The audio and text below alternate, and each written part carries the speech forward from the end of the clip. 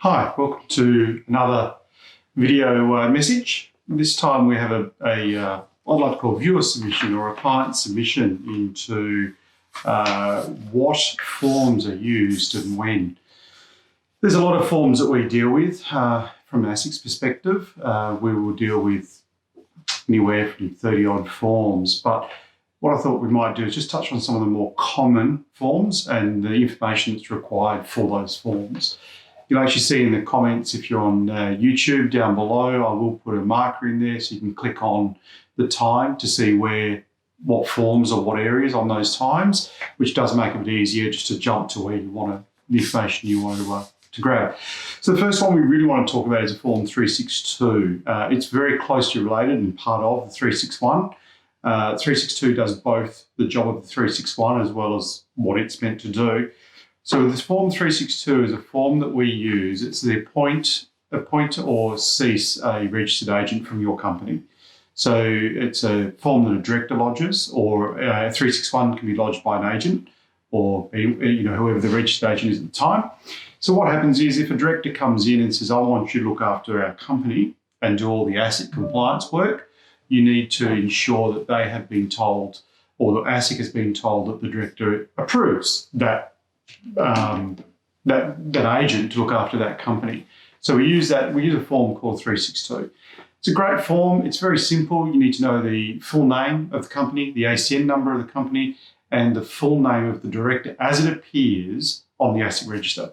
So, for example, my middle name's Jeffrey, so you'd have to put Craig Jeffrey Stevens on the Form 362. You couldn't just put Craig Stevens. It would be rejected because the name's not correct.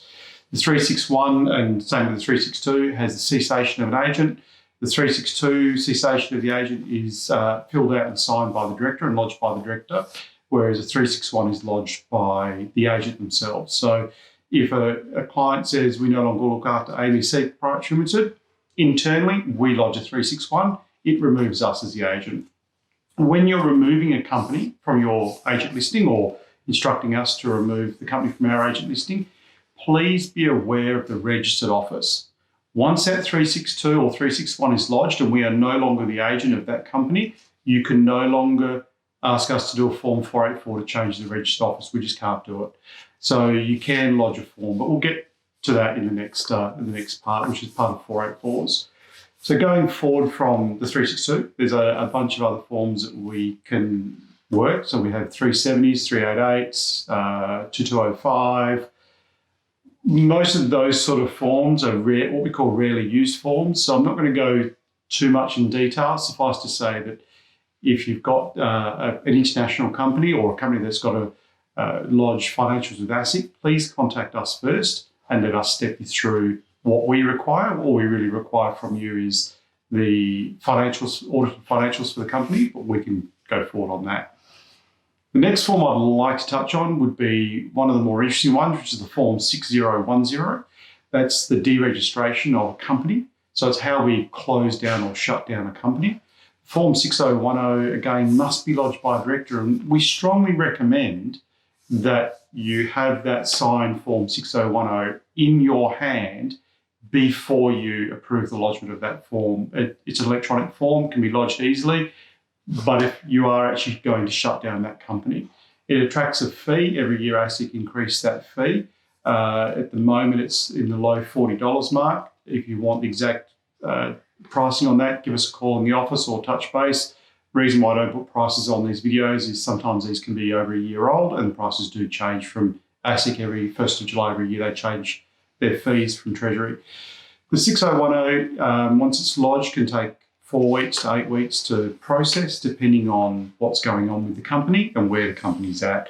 You need to make sure that there is no assets or liabilities in the company. The ATO is fully cleared up, so all of the ATO paperwork is lodged, all the debts are paid, all the creditors are in, bank accounts are closed, cars are transferred, properties transferred, all of that sort of stuff. Because once we lodge that 6010 and ASIC has approved the deregistration of that company, you can no longer sign on behalf of that company. So if the company owned a house, car, bridge, whatever it owned in its bank account, all of that becomes at the property of ASIC or Australian Securities Investment Commission. So that vehicle, the house, whatever it is now wholly owned by ASIC and no longer by the company.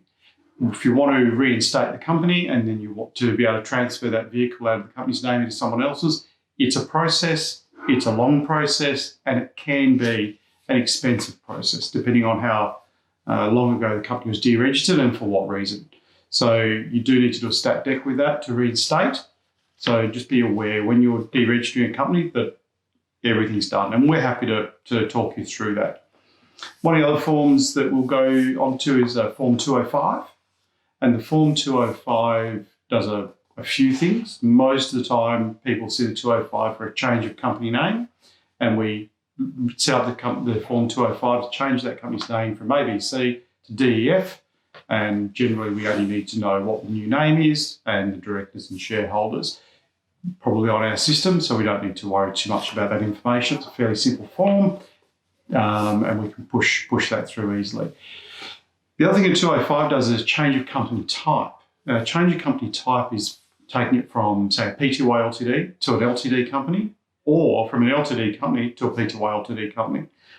To go from a Pty Ltd to an Ltd, we need to have an Ltd constitution or limited company constitution, and there's a bit of a process about that. So we need that electronically from you, and then we'll fill out the Form 205, the director signs it, we lodge it with, and we email in a copy of the constitution, and then ASIC approve that change of company type.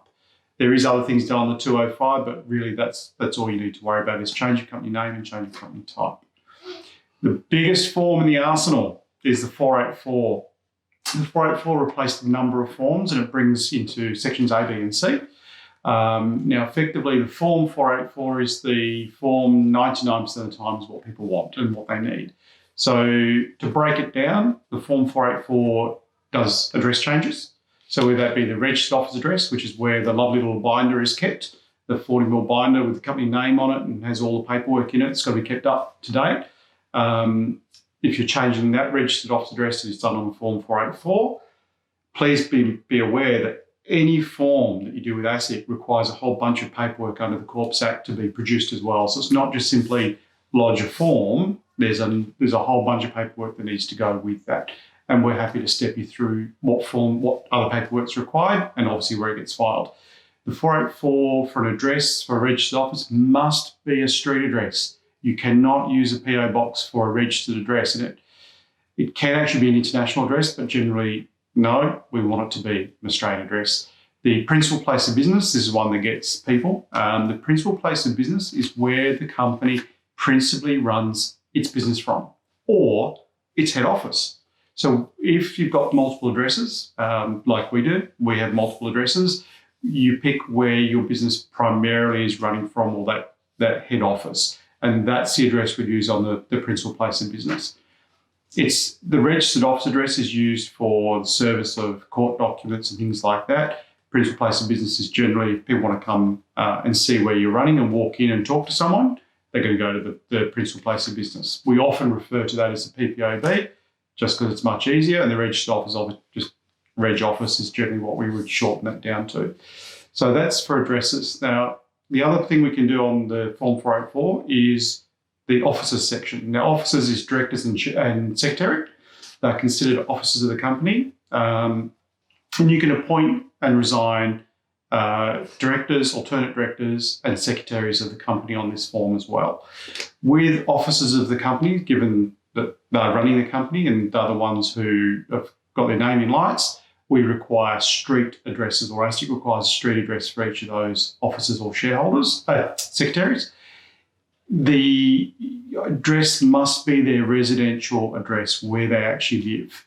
You cannot use PO boxes, and please don't use a fictitious address or the registered office address if they don't live there.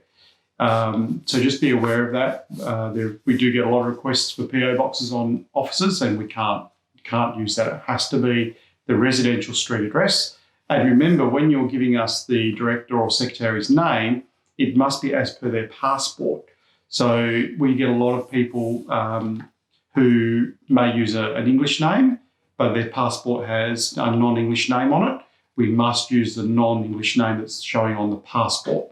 So just bear that in mind when you're sending through that. That's how those rules are. And with DIN coming, it's going to be more important those names are correct. We do need their correct date of birth and their full place of birth. So Perth, Western Australia, Australia, or Kuala Lumpur, Malaysia, we need to know that full place of birth. It is paramount, and it is against what we call the ISO list.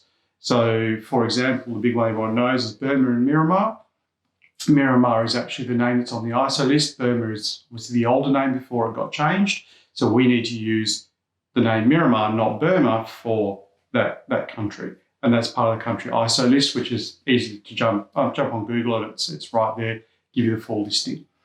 So that's the sort of information we need. So directors have to be full name as it appears on their passport, date of birth, place of birth, and full residential street address.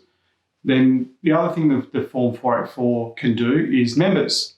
Now, this is quite a chunky, big part of the form, because members or your shareholders is a big area. So first up, no matter who the member is, we need to know who they are. And again, it's as per their passport. We don't need their date of birth or place of birth for a member, but we do need their address, and that can be a PO box. So for a member who is not a director, we can use a PO box for their address. Now, one of the interesting ones is beneficial ownership, and that's one that I get a lot of questions around, this beneficial ownership side of shareholders. The easiest way for me to explain it is who is getting the benefit of owning that share. So if I was to pay a dividend and the dividend goes to the shareholder, who's going to get that dividend? Who's going to get the cash? Is it me as an individual? In which case then I'm beneficially owning the shares because the money's coming to me. I'm getting the direct benefit. But if I had my family trust as the shareholder, that's where I want the benefit to go, then I'm non-beneficially owning the shares because the benefits are going over to my family trust. They're not staying with me. So that's the thing to think about. So if you've got a family trust or you're holding the shares for somebody else who can't hold the shares for a number of reasons, or you've got someone else involved, it would be Craig Stevens as trustee for my family trust. Now, we need to know the address of Craig Stevens and the family trust. And we need to know that Craig Stevens is a trustee. Now, if the trustees are joint trustee and there's two trustees, we need to know both those trustees. Then we need to create a joint member. The same as if the shares are being owned by two individuals as beneficially owned, so myself and my wife, I need to know both people's names, full names as per their passport, and I need to know the residential address or PO box for a member. So you've just got to know what you're doing with those shares and where or what sort of shares you're issuing. And then from there, you need to give us all that information. Please bear in mind, you can never give too much information, but you can always give too little. And that is your Form 484 in a very brief overview. You have your directors, which is full name, place of birth, date of birth, street address, and name has to be as per their passport. Addresses, whether it be for a director or a registered office and principal place of business, is full street address. Okay, if the PPOB or principal place of business and the registered office address are different, we need to know who the office occupier of the registered office is. If they are the same, we don't need that information. And then for shareholders, we need to know their full name and their address. If they're not a director, PO box is fine for their address. If they're joint held, need to know who both people are. If they're holding the benefits for a family trust or something else, we need to know what that is and who that is. If it's a company, we need to know the ACN number, the company name, and the registered office address for the company. Then we move into what do you want to do with those shareholders? Are we allotting new shares? That's easy enough. We just tell us how many shares, what the price of the share is, the amount paid. If it's $1 share, $1 paid, that's a fully paid share. If it's $1 share but they've only paid 90 cents, it's a partially paid share, and we need to know that information. And the class of share. When you're looking at that class of share, please be very aware that often constitutions, an A-class share or an ordinary share will have different rights appointed to that share for different constitutions. So just make sure you open up that constitution or give us a call if it's a company from us and ask us to have a quick look, or you have a quick look under shareholders and read the class description that is for that shareholder. Because if you get that wrong, it can be difficult if you're then allotting dividends, for example, to that shareholder, but that class of share in the Constitution doesn't have dividend rights. So we need to be very careful around that. If you're transferring shares, we need to know who the shares are going from, and we only need their name because we've got them in, we know who they are, and who they're going to. And again, we'll need to know their full name as per their passport, an address for them. Then we need to know how many shares that are being transferred from person A to person B, and a consideration. Now, while ASIC don't take up the par value, they'll always still use them as a $1 share or a $2 share or whatever the share was originally allotted at. We can put that consideration into our system. So when we produce all the required paperwork, we are bringing that consideration into the share, into the transfer. Then you can do things like share split, share consolidation, and conversion. So converting an A-class share to a B-class share or an A-class share to an ordinary class share. And we need to know pretty much the same sort of information. What are we doing? Are we cancelling all of Craig's shares, or are we cancelling all the shares in the company for A-class, for example? Are we converting Craig's A-class to B-class? What actually do you want to achieve?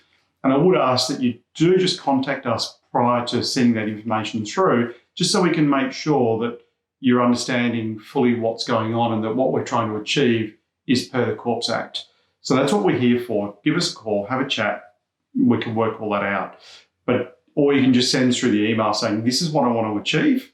I want to get rid of Craig's shares. I want to do a share buyback, a cancellation, splitting his shares. So he's got 10 shares now. I want to turn them into 100 shares. We call that a share split. So we're dividing them up. And what do you want to achieve? We'll look at that and we'll obviously come back to you with an answer. I will do other videos later, which will go more into what is a share split or consolidation. But for this video, it's just about what information is required.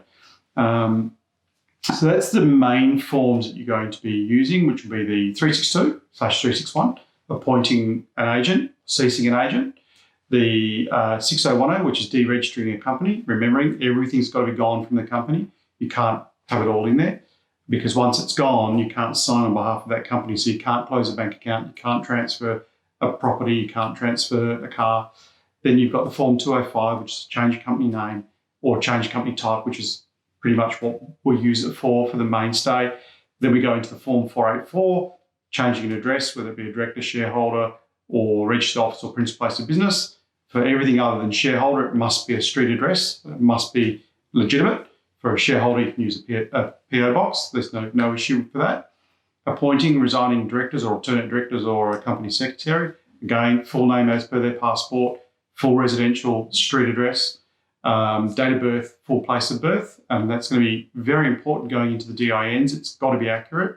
Then we can do shareholders on there as well. So we can appoint, allot, transfer, whatever it is that you're needing to do. We need to know what it is you're trying to achieve. From if we're allotting, who we're allotting to, if we're transferring, going from this person to this person as a transfer. If you're doing share consolidation, splits, conversions, cancellations, put all that information in there.